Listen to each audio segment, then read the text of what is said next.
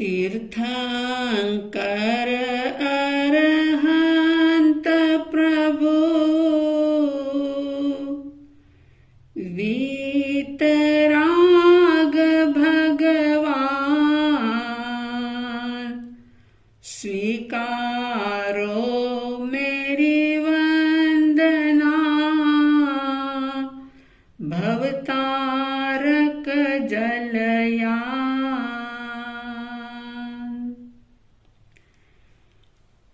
श्रद्धालु, जिज्ञासु, श्रोताओं, आइम्बिल ओली का आज प्रथम दिवस नमो अरिहंताणम पद की साधना आराधना करने का ये पावन दिन।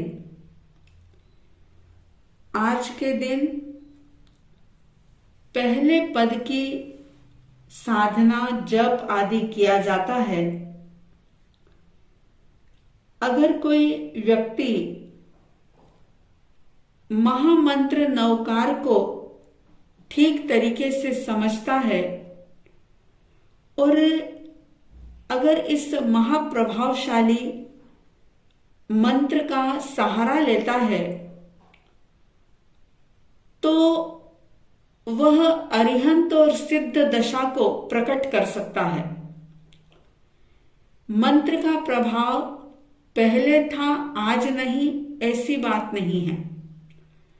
ये वही मंत्र है जिससे शूली का सिंहासन बन गया था। ये वही मंत्र है जिससे नाग सर्प की जो सांप था वो फूलों की माला बन गया था। ये मंत्र जिसका प्रभाव आज भी उतना ही है जितना पहले था और आगे भी उतना ही रहेगा। अब कई लोगों के मन में सवाल होता है कि नवकार मंत्र प्रभावशाली क्यों है या कोई भी मंत्र क्यों प्रभावशाली होता है। तो पहली बात तो ये कि नवकार मंत्र जिसमें किसी व्यक्ति का नाम नहीं है, यह गुणमूलक मंत्र है। इसमें गुणों की पूजा की गई है। व्यक्ति को महत्व नहीं दिया लेकिन गुणों को महत्व दिया और वे सारे गुण जो हर आत्मा के अंदर मौजूद है, अगर वे गुण प्रकट हो जाते हैं तो निश्चित रूप से व्यक्ति नवकार मंत्र के अंदर स्थान प्राप्त कर सकता है। क्योंकि जैन धर्म साधक को व्यक्ति पूजक नहीं बनाता बल्कि गुणों का पुजारी बनाता है। मंत्र का प्रभाव अगर श्रद्धा नहीं है तो बिल्कुल भी नहीं होगा, क्योंकि प्रभाव का आधार ही होता है श्रद्धा। अगर आपके भीतर में श्रद्धा ना हो, आस्था ना हो, तो फिर ऐसे में चाहे कितनी भी आप माला जप लें, अगर लक्ष्य क्या है आपका और किसका, कौन से मंत्र का आप जप कर रहे हैं और उस जप करने के पीछे आपकी मंशा क्या है, अगर ये सारा क्लियर नहीं होगा तो ऐसे में शब्द चाहे कितने भी बोल लो, उससे कोई बहुत ज्यादा लाभ मिलने वाला नहीं है। अरिहंत पद जो है जिसमें नमो कहकर के नमस्कार किया गया है और अरिहंत का मतलब, अरिहंताणम का मतलब है अरिहंत भगवान को, यानी अरिहंत भगवान को नमस्कार है। अब अरिहंत जो होते हैं वे बिल्कुल विशुद्ध चेतना वाले होते हैं, राग और द्वेष से बिल्कुल मुक्त होते हैं। 4 घनघाती कर्मों को नष्ट करके उन्होंने केवल ज्ञान, केवल दर्शन को प्रकट कर लिया होता है, तभी वे अरिहंत की श्रेणी में आते हैं। अरिहंत का स्वरूप भी हमने पहले बताया था, जो कि दिव्य धर्म संदेश यूट्यूब चैनल पर विद्यमान है। आप और विस्तार से उसे सुनकर के और भी अरिहंत के स्वरूप को जान सकते हैं, समझ सकते हैं। आइए आज तो हम बात करेंगे कि ये प्रथम पद की आराधना ओली के प्रथम दिवस कैसी करनी चाहिए।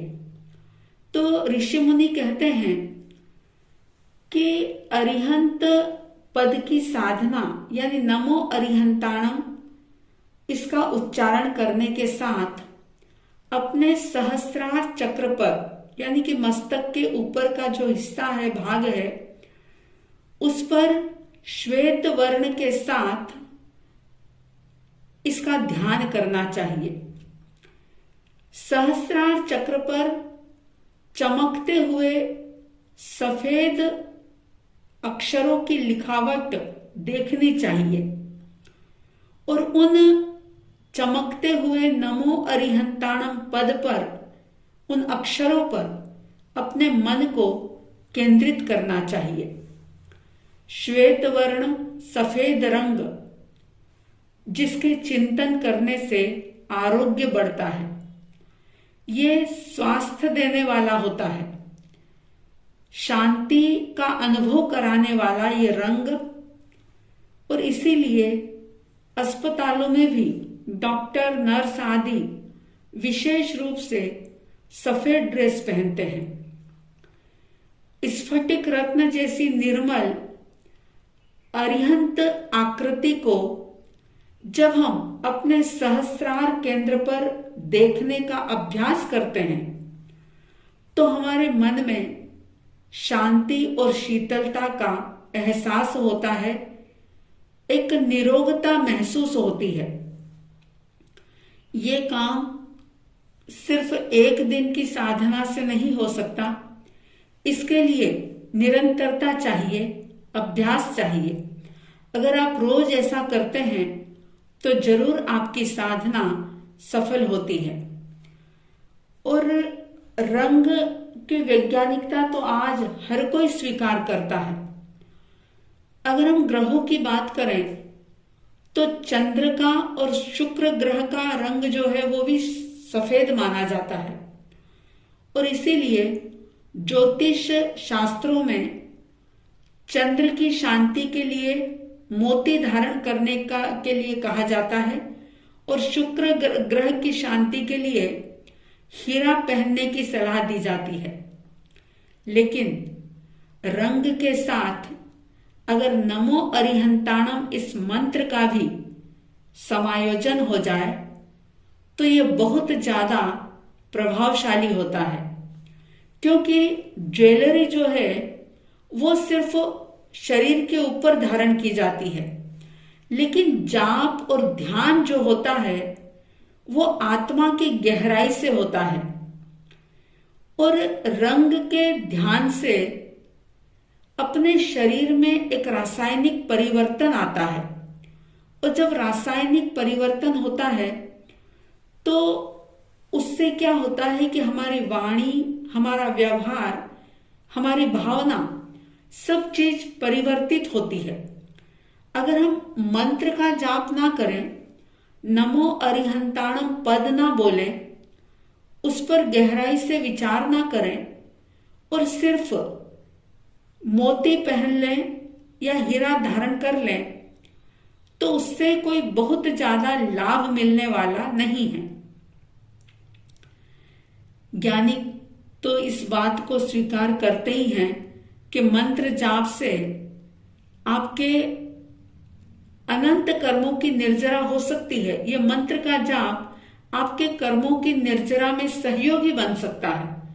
इसलिए बन सकता है कि जब आप अरिहंत पद का जप करेंगे तो निश्चित रूप से जप करते करते आपके मन में अरिहंत को जानने की एक जिज्ञासा पैदा होगी। कैसा है अरिहंत का स्वरूप, कैसे होते हैं अरिहंत देव, और मेरे अंदर भी क्या वो ताकत है कि मैं भी अरिहंत बन सकूं। क्योंकि अरिहंत भी दो प्रकार के होते हैं, एक सामान्य केवली के रूप में होते हैं और एक तीर्थंकर के रूप में होते हैं। तो तीर्थंकर तो 24 होते हैं या महाविद्य क्षेत्र की अपेक्षा 20 ही होते हैं, लेकिन सामान्य केवली तो बहुत सारे हो सकते हैं। तो जब भीतर में एक जिज्ञासा पैदा होती है जानने की अरिहंत के स्वरूप को, तो फिर आप उस दिशा में भी आगे बढ़ते हैं और इस प्रकार से करते करते नमो अरिहंताणम का जप और ध्यान भी आपके लिए बहुत बड़ा सहयोगी बन सकता है अपनी मंजिल को प्रदान कराने में। और आजकल लोग ये बात भी मानते हैं कि सफेद रंग के साथ अगर नमो अरिहंताणम का जाप किया जाए तो भीतर की शुद्धि तो होती है, लेकिन आपका पाचन तंत्र जो है वो भी ठीक होता है, मानसिक निर्मलता बढ़ती है और इस पद का जाप करने से एक संरक्षण की शक्ति भी प्राप्त होती है, सोई हुई ज्ञान शक्ति जागृत होती है। जैसे अगर आप कोई दवाई लेते हैं तो दवाई का आपके शरीर पर एक रासायनिक प्रभाव पड़ता है, ठीक उसी प्रकार से मंत्र का भी प्रभाव शरीर को पार करके चैतन्य शक्ति पर पड़ता है। दवाई तो सिर्फ शरीर पर असर करती है, लेकिन मंत्र का प्रभाव जो है वो शरीर को पार करके चैतन्य शक्ति तक भी पहुंच सकता है।